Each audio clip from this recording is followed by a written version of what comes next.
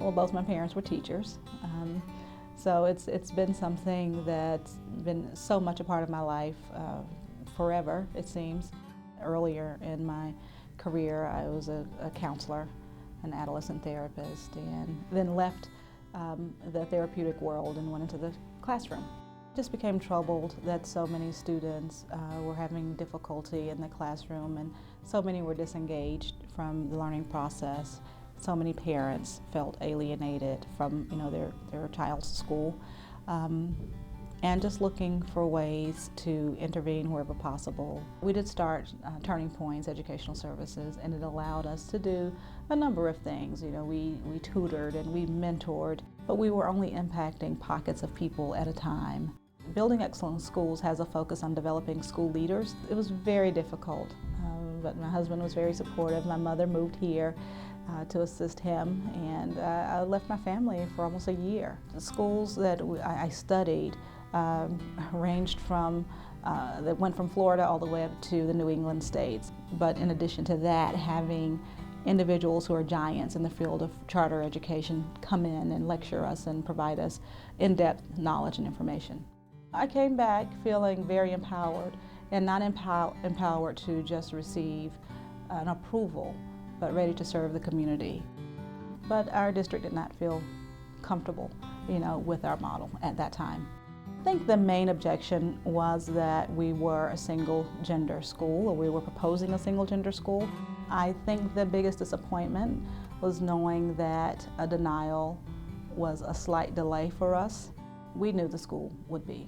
When you're purposed to do something and called to do something, no doesn't always mean no. No may mean not right now, and that's all it meant for us.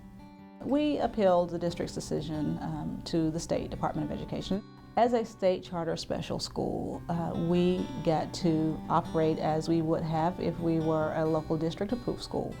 The only difference is that we do not receive local funding.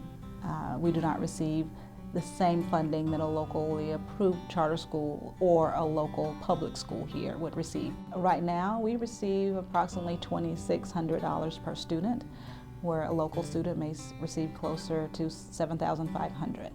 It's a huge difference.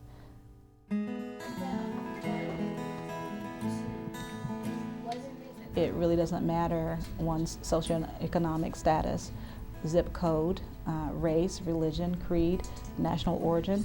These parents all wanted the same thing. They wanted a choice. We have students from as far south as Clayton County and as far north as Hall County.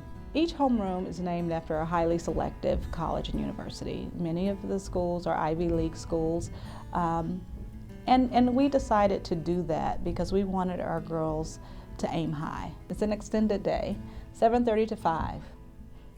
We have a lot to do. There's a lot of teaching and learning that goes on here. Our math class, we use a curriculum that is a college preparatory middle school curriculum that prepares our students for advanced placement classes in the high school level. Let's put it in a new location. Let's put in Washington, D.C. They have followed the weather system all year. This teacher has been thoroughly trained and has gone out to Oklahoma to the National Weather Center and really prepared to make sure that our girls have up close and personal knowledge about meteorology and how our weather works. Jada Austin and Jada Smith. Girls would stop me and say, Ms. Gover, I was just thinking about our environment and we really need to do something about that. When can we start an environmental club or a recycling club? Another student would approach me and say, Ms. Gilbert, I was just reading this article, and do you know what's happening to the children of Sudan? I think we really need to do something about it. And they really got involved with the election process. It was an assignment that we had for writing lab class. Dear Mr. Obama, what a crazy ride it's been for you. First, I just wrote down everything that came up to my mind. Then I just decided that since I'm writing to the president-elect, it can't be just like any other friendly letter, and I have to write my expectations of him. I have to put just a little bit of humor in there, and I have to introduce myself. You have so many responsibilities. kiss your wife, hug your kids, buy them a new puppy, lead the army, kiss your wife, eat food, say a long speech on health care, go to sleep, kiss your wife, hug your kids, go to church, say a prayer, get inaugurated. How overwhelming. Thank you so much for supporting schools like mine. This election was very significant for many of our students, and now they also feel, that could possibly be me. This is something that I can strive to be as well. And in the meantime, there's feeling that, hey, until that time comes, there are things I can do even now as an 11-year-old.